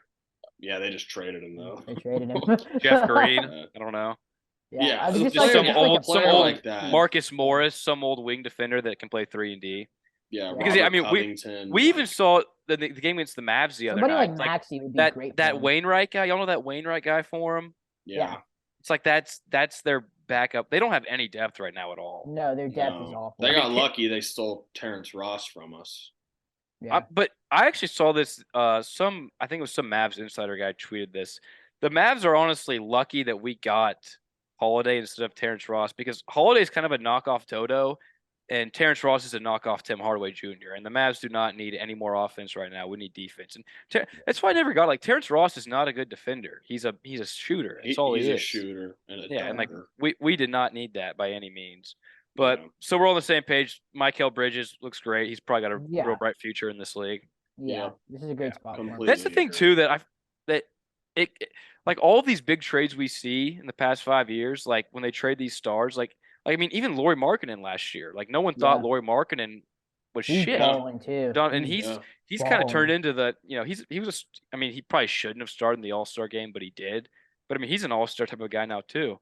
Yeah, there's just so much talent in like 25. There's just so much talent in the NBA right now. There's a lot of it's so like saturated with talent right now. Oh yeah. And it's not 100%. Too I don't think it's not too top heavy. It used to be like super top heavy.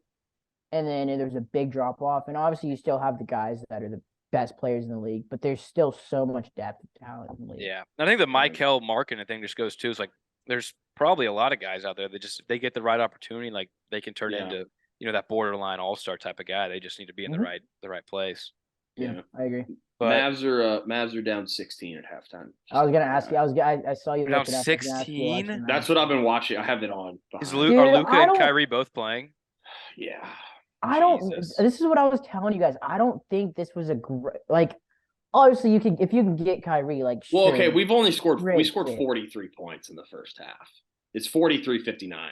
So the offense is this is a back-to-back too. So. Oh, we'll get to the Mavs. We'll get to the Mavs in a second. Okay.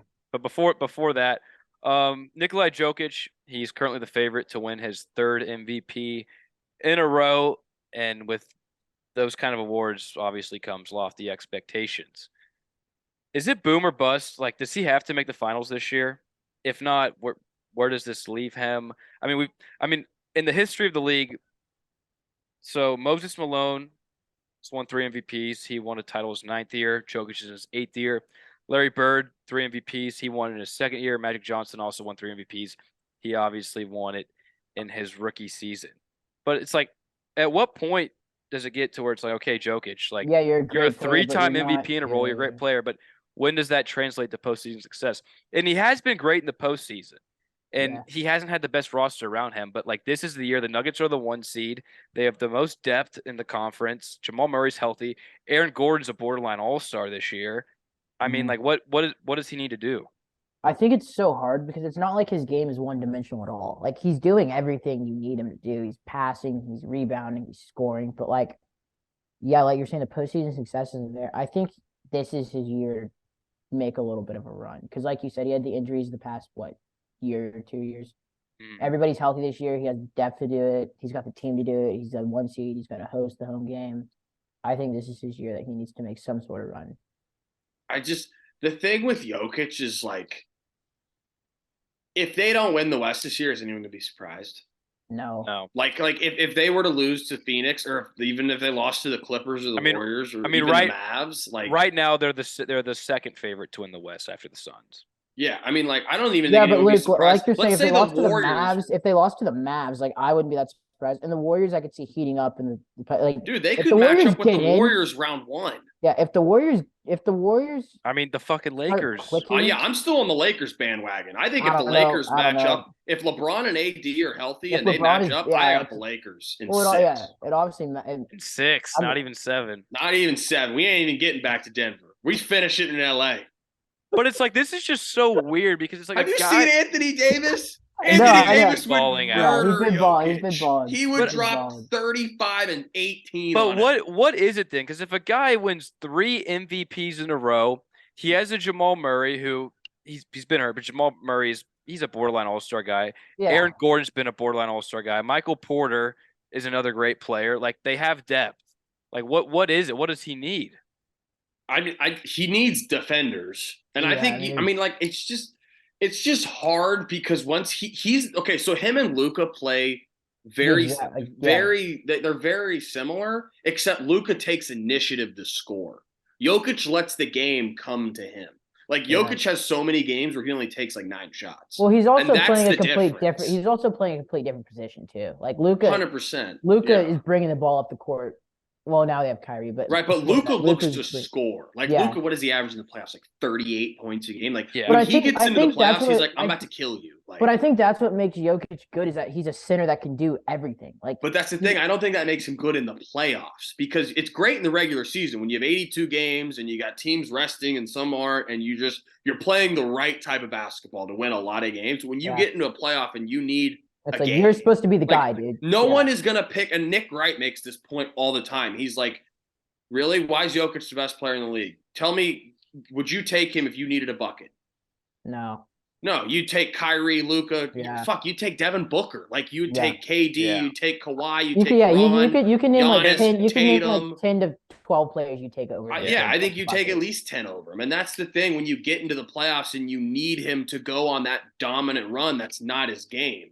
Whereas Luka can do both. Like Luka can play like Jokic really is an outlier. Like there's never been another center that plays his style of game. Yeah.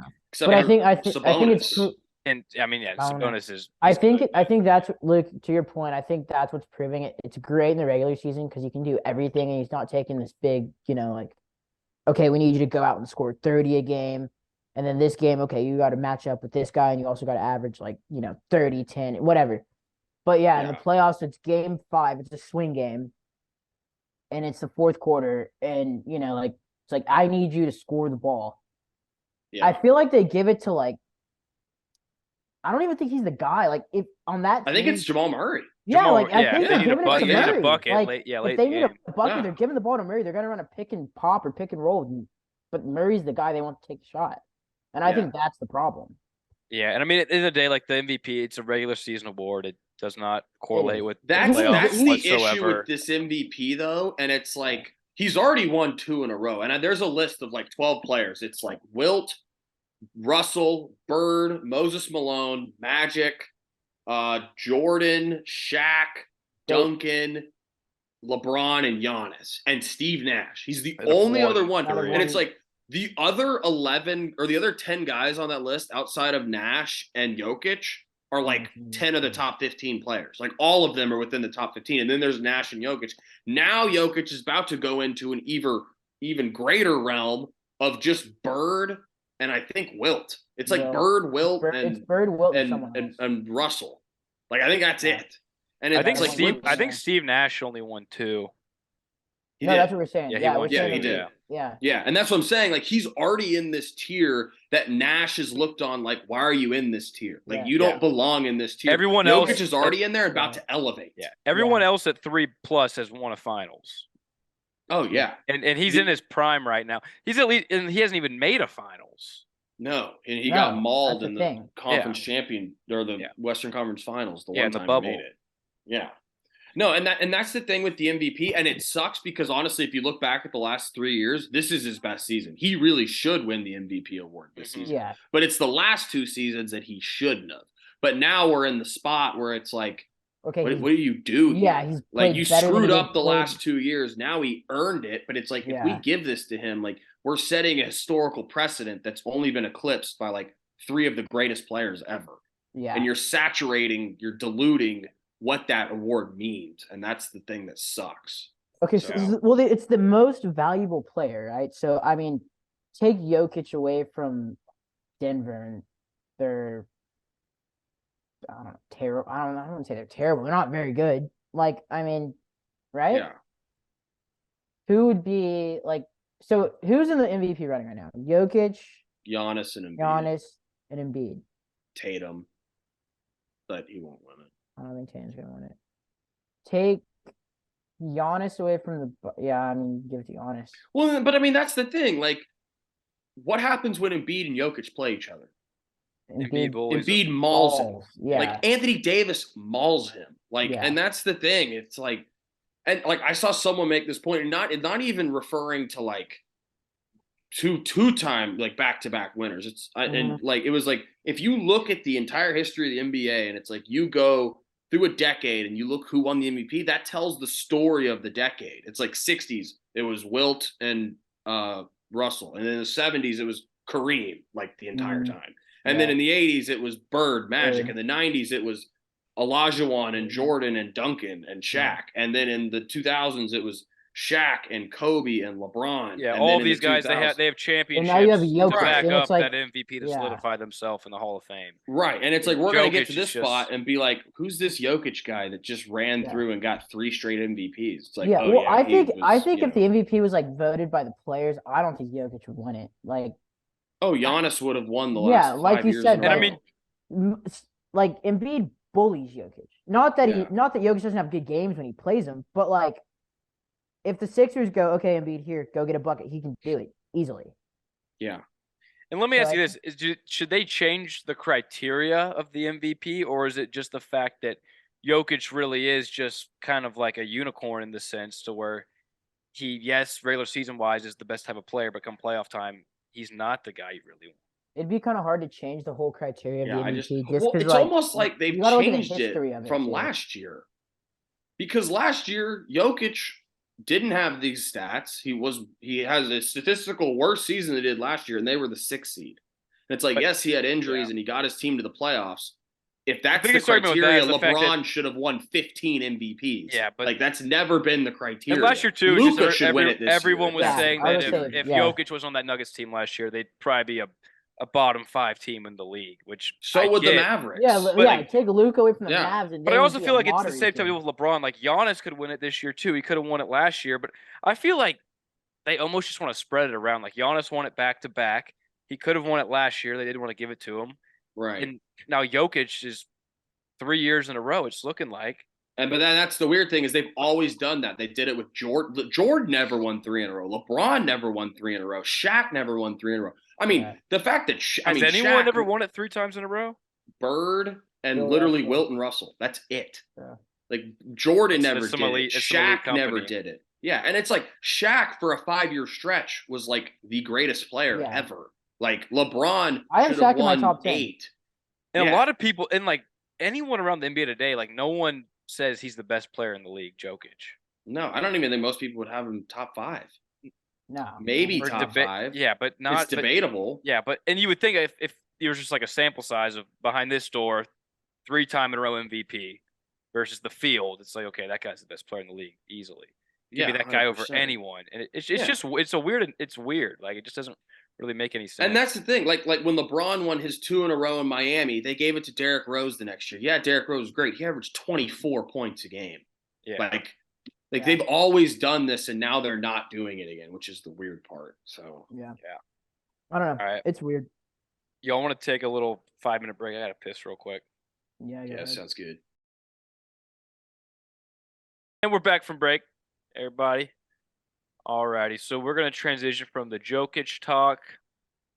We're gonna hop into some Lakers talk, and we're gonna go over the whole Western Conference here, all the potential contenders and all that. But for Lakers, I mean, they're currently the 11th seed, tied with the Blazers and Jazz at 9 and 10. Anthony Davis has been a monster these past few weeks. He put up 38 against the Warriors. He put up 39 against the T-Wolves. Are they going to make it in? And if they do, can they make some noise? I think if they make it in, you can't count LeBron and AD how he's playing out. Like, I would never count LeBron out of any playoff series. So yeah, if they make it in, they can make some noise. I think with the Lakers, with this LeBron injury, I could see them being like, not telling AD this, but just being in-house, like, okay, AD, this is your team right now. You've been kind of, for lack of a better word, just a bitch for the last 2 years. If you don't just dominate these 2-3 weeks that LeBron is out, we might have to move on from this like 80 thing and just try something new.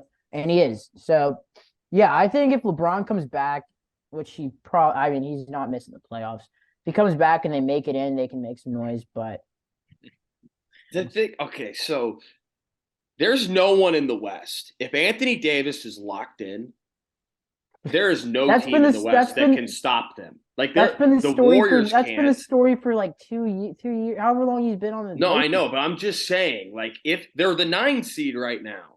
Now there is the caveat that LeBron is defender rolling in the around league? in a scooter. What right defender now, in the league? That's another stop thing. Anthony Davis in the West. If he's locked in the West, none. The East, there's some bodies that can stop Giannis and Embiid are the only 2. Yeah, the West though, like there's no big man that can stop him.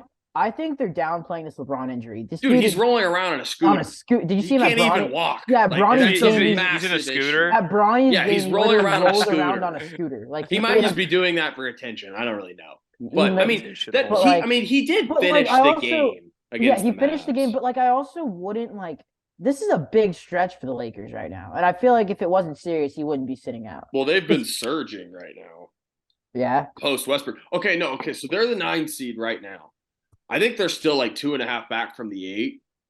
I think they're going to make the plan. If they actually make if they make the tournament, they're matching up with Denver, round 1. Yeah, they can win that. If LeBron is healthy and Anthony Davis is locked in, they're a game and a half out of 8, by the way.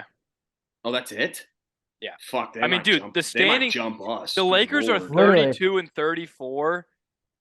The Mavs at 5th are 34 and 32. Like 5, I mean, in reality, 2 to 9 is all still in reach. The Kings are the 2nd seed right now. Yeah. The Nuggets are the only team. The Nuggets are the only team that separated themselves. Yeah. No. Okay. I mean, like if they match up with Denver, we saw it 3 years ago or 4 years ago when they played in the bubble. Obviously, that was a long time ago. Yeah. But they rolled Denver. I mean, it wasn't even close. Denver's better, and the Lakers are worse. Damn, that's crazy. That was 3 years ago. Aaron Gordon would be a good body to throw at AD as well. How he's playing right now. I don't think Aaron Gordon's good at defense, though, is he? I like how Aaron. Cole, he's been playing. He's played really good this year. Well, he's played good offense. I don't think Aaron. He's good on defense. From what I've heard, I haven't heard anything about him being good at defense. He's not bad. I think he can give him. I don't think he can stop AD, but I can. Hell no. Yeah. No, but I mean, if they match up, the West is so open. Like, if they match up, I'm taking the Lakers. I think Lakers take them out. Honestly, I think with that too, it's like if they face the Lakers, I mean, the Lakers are going to be in the play-in at that point, right? LeBron probably won't play till the play-in if that happens. I mean, and do we really think he's even going to be healthy? Like, probably not fully healthy, right? No, but if he's 80%, he's still. No one even. Do we know what this injury? Like, what's the injury? Is it just a foot? It was an ankle or foot. Yeah. Yeah. Ankle sprain. Yeah, I mean, you don't need LeBron at 100%, dude. If you can get LeBron at 80, 85%, I think. Well, and the thing, they're gonna get D'Lo back too. Yeah, they're gonna get D'Lo.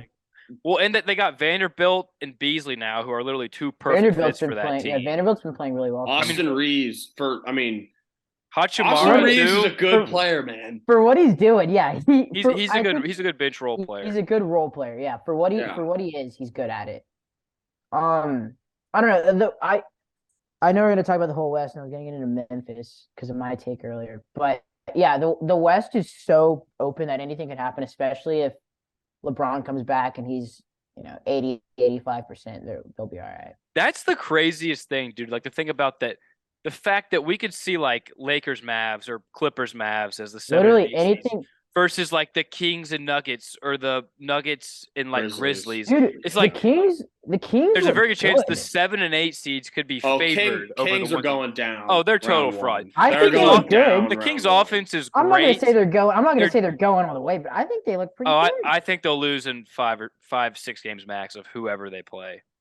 Yeah, no, they're going down. How they finish the season, but great season for the Kings, but there's no way they're making a run. If the Kings go down round one, it's still that's like their best season. Oh, it's still a great season. Mike Brown should win Coach of the Year. They haven't made the playoffs in 16 years. Like, no matter what happens, like it's since like Mike Bibby, right? Yeah, it's a great season for him. Yeah, but yeah, so Lakers. I mean, I guess. No, but I mean, like, let's say the Lakers are fully healthy. Like, LeBron's back, he's playing awesome. D'Lo's back. Who do they match up with that you would pick over them outside of Phoenix? I think everyone would take Phoenix over. Dude, them. There's something about I know they look so bad on the road right now, but I think Golden State. They're the top. They have a top 2 record at home. Golden State has no one that can guard Anthony Davis. Anthony Davis, but he will murder Golden State. Yeah, he will. I mean, who would guard Anthony Davis for Golden State? It's still Golden State, though. No, it is Golden State. It is Golden. And Klay Thompson is back. There's no doubt about that. Andrew Wiggins is finally getting healthy again. Steph just dropped 10. And they got Gary Payton back. Not the biggest move, but he's another perimeter defender that'll help them out come playoff time. And I think you also got to think about like just the what's the word? Golden State's system and like their continuity. They've been playing together. It's pretty much the same also team. Like they know how to win in they know how the post. I mean, in the short little like time that we've had with their 5 of Steph, Wiggins, Klay, Draymond, and Looney, it's still the best 5 per 100 possessions. It's still like this season. It's still the best. I think a lot of people are counting them out. Yeah, they're gonna be nasty. Yeah, so I think that would be like if the Lakers match up against Golden State, that would be the matchup where I could see Golden State. I think that the Lakers have the defenders. But isn't that crazy? We're talking about a 9 seed, and we're like, well, who's gonna beat them? Like, dude, that's the thing. Like, that's literally, crazy. like 5. Hypothetically, I mean, I think Phoenix will finish top 4, but like. The last 4 teams, actually, 5 to 9 could be Phoenix, Dallas, LA Clippers, LA Lakers, and Golden State. You can make a case those are the 5 best teams. Yeah, that's fucking Dallas. scary. Sorry, Mavs 8-point game. Yeah, we cut. I mean the Kings have been a regular season juggernaut. I think the Kings are going to be a top 4 seed probably. However this shakes out. They'll probably end up as the 2 seed because Memphis is tanking. The Grizzlies are going to drop to probably. They're going to drop for sure. I mean, Clark tore his Achilles. We don't even know when John Morant's going to be back. Like he might get a 50-game suspension. They said he's just indefinitely. He said he's indefinitely he's stepping away from the Denver police couldn't find like evidence that when he had the gun, whatever. But speaking of the John Morant shit, like I was gonna get into that. Yeah, like he's flashing. Let's talk about John on his Instagram live. He apparently punched a teenager in the face. Yeah. Like he's trying to act all hood. Dude, he had his squad point red dots the Pacers bus. The fact that didn't get more attention, or the fact that he punched a 17-year-old in the face, dude, like Jaw like is such a good player, but he's got to get away from like these friends. It doesn't. Well, Dylan, you sent me the video earlier of him on the team jet. Yeah, that's chugging Casamigos like it's a fucking Gatorade, bro. Like.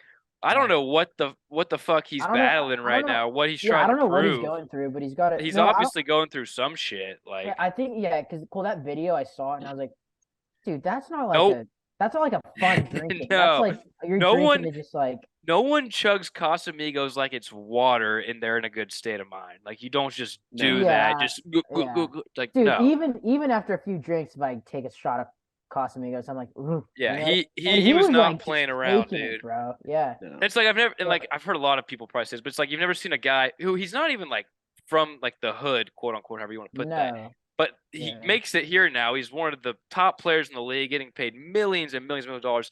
But he's trying to put himself back in this like So what are underdog, you made it doing, from the bro? streets Yeah. type of like environment. It's like, dude, Well, you're and there. that's not even what he was. Like, Yeah, you're not. That's not what he came from. Like, yeah. You I almost feel don't like know. it's the fact that like a lot of these guys in the NBA kind of did come from nothing to something, Yeah. and that maybe a few Well, guys it's got in his head. Memphis too. Yeah, well, and there's Yeah, the he's Memphis also in mindset. It's Memphis. And like, dude, that whole team like acts like they're like an Yeah, AAU Dylan team. Brooks. Fuck Dylan Brooks is the Brooks. most annoying Yeah. player in the NBA right now. Like, All right, boys, I got about 10 minutes. So yeah, Dylan Brooks is annoying. I think Memphis has a lot to figure out. The talent's there, I think, for not to win it, but to make a run. I just think they're so distracted. And you see, like Steven Adams held like a players only meeting right before Ja. yeah, and then Yeah, Ja that went was out and good. did that. Yeah, and Ja's like, screw it. I think And they don't have any veteran leadership. They don't have a guy that's No, over that's the 30 years issue. old. Like they have no one in the locker room that's gonna sit Jaw down and be like, "Yo, look, like stop Chill this. out, You need to be dude. doing this.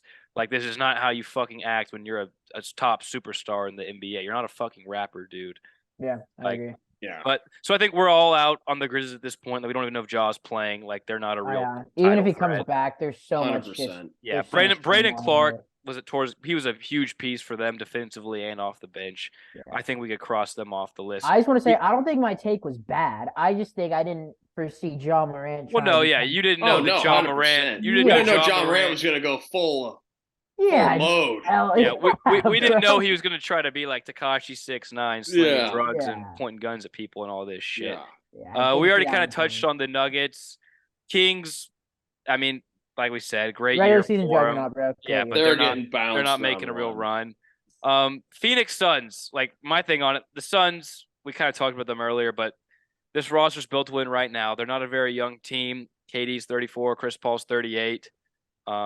But I mean, they look great They with look great. KD They have 2 in there. years.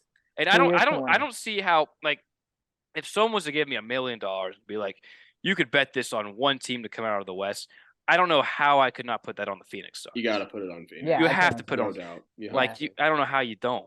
Yeah, Yeah. there's too much It's star just power. yeah. I just think anything can happen in the West. Like the East is pretty cut and dry, but the West is like It's like we said, honestly, you it's can going to see be who gets the luck of the draw. Like it's Yeah. going to be who gets because like let's Who gets say the Kings round one? Yeah, who gets Kings in Memphis round one? So who's the 6 and 7 seed? Yeah, that's what really I want the what's gonna Mavs to matter. be the. Yeah, I don't want, like you said, like I don't want to say the 5 seed. Yeah, right now we'd play Phoenix round one at 4-5, which That would that's suck. not That good. would be Like, terrible. yeah. Well, and that's the other thing is the good. 4-5 not only have to play each other, then they get Denver. Yeah, So it's like they'd have to run the gauntlet of whoever you have to play, whether it's Phoenix or the Clippers or Golden State or the Mavs. Like you have to get through that team, then you got to go through Denver, and then you're running to. But you don't even else. know if they're getting Denver. You could be getting one of the LA teams. They get That's true. You could Clippers get the or Lakers. Lakers. Yeah, Or the you could Clippers. get the Lakers. I mean, let's talk about the Clippers real quick though. Like I don't love the Clippers. Kawhi Leonard, he's not the problem. Kawhi Leonard, 28 points per game, 56 from 3-point in his last 10. Paul George has been struggling a little bit, but I mean, and Tyronn Lue like cannot figure out a lineup. And I honestly thought Russell Westbrook was a big problem, but then I kind of looked at it. Russell Westbrook's actually been playing pretty good for the Clippers. Westbrook's been playing well. It's dude. not like it's Westbrook not his is such a stats. It's stick, just though. when Westbrook gets on the team, it just play goes down. Like morale goes down. But they like, don't have spacing on the floor goes down. But they do not have any guard play whatsoever by any means. They're all fucking wings. And they need I mean he had 10 assists the other night. He had 10 more, a week ago. Yeah, like, because they're letting him shoot. What Westbrook Did has you been see Draymond guarding him? Draymond turns around. No, and Westbrook's obviously but he has to take that shot. He has to. He has to at least put a threat in the opposing defense of okay, if you're going to stand in the paint and I'm on the top of the key, you have to shoot. I don't care if you're not a good 3-point shooter. You have to shoot that shot. But I mean, I feel like everybody's like riding the Clippers off. I mean, this is still the same The core. Clippers are loaded. This is still the same core as loaded, a I few just years feel like it ago when never worked. everybody was ready to title the Clippers before the season even started. Yeah. Paul George is still there. Kawhi Leonard's still there. Marcus Morris is still there. Zubac's still there. Terrence Mann's there. Nick Batum's there. And Russell Westbrook, whatever you want to say about him. They got Plumlee, I mean, as their backup center. Like, and a lot of it's Tyronn Lue and him not being able to crack these lineups. But I mean, like, Kawhi Leonard has showed in playoff time when it matters, like, he's up to the task. So, like, I would not put it past the Clippers to make it out of the West still at this point even. No. I mean, honestly, I think up until like 2 weeks ago, before they got Westbrook and before all the trades went down, like before the deadline, I think the two favorites were Clippers Nuggets. Mm-hmm. Like, I mean, I think because Clippers were like the 4 seed or something at that time. Like, the Clippers are stacked. Like, they're stacked everywhere. They traded for Bones Highland. They have Terrence Mann. They got Westbrook. Bones Highland's been terrible. Well, I mean, he's a good he's backup. He's serviceable. Like, he's not gonna crack their rotation at all. But Norman Powell's another. No, Bones Highland's he will. He will not crack that rotation. I firmly think he will. It'll be Kawhi, Paul George, Marcus Morris, Zubac, and then Westbrook or Norman Powell, Mason Plumlee, and then Terrence Mann. I mean, he might be like the ninth. They have Eric Gordon too. Eric Gordon's been ass though. I think Bones Highland is serviceable for what, like, it's kind of like Austin Reeves. He's serviceable for what he is. Like, you're not gonna put. But Norman Powell's another guy. Norman Powell has proven this season to be just an absolute spark. But Norman Powell has been awesome. He should win 6. I mean, he should be in the consideration for 6th man of the year. He's been incredible. Yeah, we're letting Josh Richardson. I was going to say, what, 65-81 now? I keep like glancing over. That sucks. All right, so we got the Clippers there. I mean, the Warriors. You can't write the Warriors. I mean, they've been hurt all year. They're finally getting healthy again. Like, no one would be shocked by any means if they make it to the finals again, right? Not at all. Like, no. All right, well, let's talk about the Mavs, and then I have a would you rather that we'll end it on. But let's dive into the Mavs. I know. I got about 5-6 minutes. All right. So the Mavs. Okay, first off, for the Mavs, I just want to say, and Luke, you were saying this, and I was slightly disagreeing with you a little bit, but Dwight Powell should get literally 0 fucking minutes again. He doesn't have any rim protection. I don't think we disagree on that. No, I didn't like say he should be playing, but I was kind of like, oh, he should get like 15, 20 minutes. He shouldn't get a minute. He should not get Dwight Powell should minute. be cut. He should not get a minute. Dwight Powell's awful. He offers nothing whatsoever. I'm watching this game right now. You know who's guarding Valanciunas? Tim Hardaway. No, the other night they had Kyrie Irving guarding. I think Kyrie Irving was guarding Markkanen. It's just ridiculous. But I mean, why he's so bad. Why does Kidd continue to start it? Jason Kidd's a terrible coach. Jason Kidd needs to be fired. He's absolutely terrible. But like for the Mavs, I don't think the Mavs have any chance to win the finals this year. I mean, they have literally, like, if you go back and watch that Suns game, bro, the Suns should have beat us by 20. The amount of wide open 3-point attempts that they missed was insane. Like Josh Okogie was 0 of 8. Against it, and everyone was wide open in the corner. Against a team like the Suns, bro, it's like the Mavs do not have the personnel to guard 1 through 5. Like, someone will be wide open. And come playoff time, I don't care if you can score a lot, you're gonna lose. But dude, the silver lining Pinson is shooting airball. I don't even want to hear about it. Oh the best thing for the Mavs is if we can somehow retain Kyrie Irving, we are not far away at all by any means. No. If we retain Kyrie Irving, we go get, I'm not saying we go get Dorian Finney-Smith, but a guy like Dorian Finney-Smith, and then just a rim protector, and this team can win a championship. Yeah, but I agree. mean, as of set right now, Luka has to grow up a little bit. Like, I get he's however old, but he's been in the league, 4 or 5 years now, 4 years.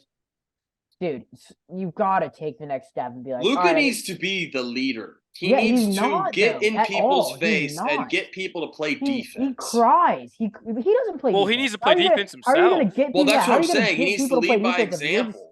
Yeah, no, and he's Luka's. He's still immature. I mean, we got to keep in mind Luka's 20. I think he just turned 24. I know, but I mean, he's still. But no, that's the next step for Luka. Like the past few seasons, preseason, everyone's like, "Oh, Luka Doncic's gonna win MVP." But it's like, no, like you don't win MVP in this league until you are fully bought in to where you are taking care of your nutrition, your off-season workouts, like everything. And he's the talent's obviously there, right? But it's like He needs to take that next step. And you know I what? think James Harden might have something to say about that, but Well, I think James Harden is what we don't want him to turn into, right? I think that's his No. trajectory right now. It That's the floor is. for Luka. It's James Harden. You could be a Hall of Famer, great numbers, but you never can make it there. And so that's what it's looking Like like depressing to if hear. Luka doesn't step it up. You know what's said too? Kyrie Irving is the one out there that I think gives the most effort out of anybody. That's what I just Him and told Josh Luke. I was like, Yeah, him Kyrie and Josh Irving's Green. the only one diving on, like playing defense, actually getting after Yeah. it. Like He's he's trying. removing- yeah, at least he's trying. Luke well, is Dwight just- Powell tries. He just He can't just do sucks. anything. Yeah, he's Okay, just but terrible. dude, that's like me going out there and trying. Like I'll try, but it's not gonna work. I Like, have no idea why he plays. There's no logical explanation to why he even gets minutes, no, much no. less starts. But like, No. There's actually no reason. Like Yeah. the only thing he could do is alley oops. anyone could do that. Yeah, Yeah. any If 7-footer literally- can do If that. I'm Yeah. 7 feet, I can catch an alley oop, bro. Seriously, like he Yeah. does nothing. And the Doesn't do like, anything. and I guess he's like Christian Wood can't play defense, but Dwight Powell can't play defense either. Neither can neither can Christian Powell. Wood's better than Powell. At least he blocks a shot probably is. occasionally. Dwight Powell, I think Maxey should be our starting center, even though he's not even a fucking center.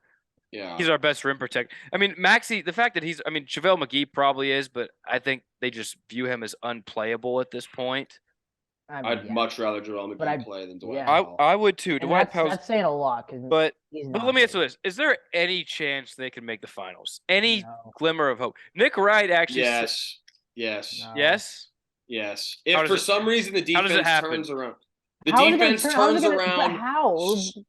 Luke, It's we're- just we're- we the just season's I don't almost know. over. I don't it's know gonna how it turn turns around. I'm not Jason Kidd, There's but no more we turn the acquisitions to be defense made. around just a tweak. It's a smidge, and we can hold Can we teams play to a like zone? 115, and we can outscore people.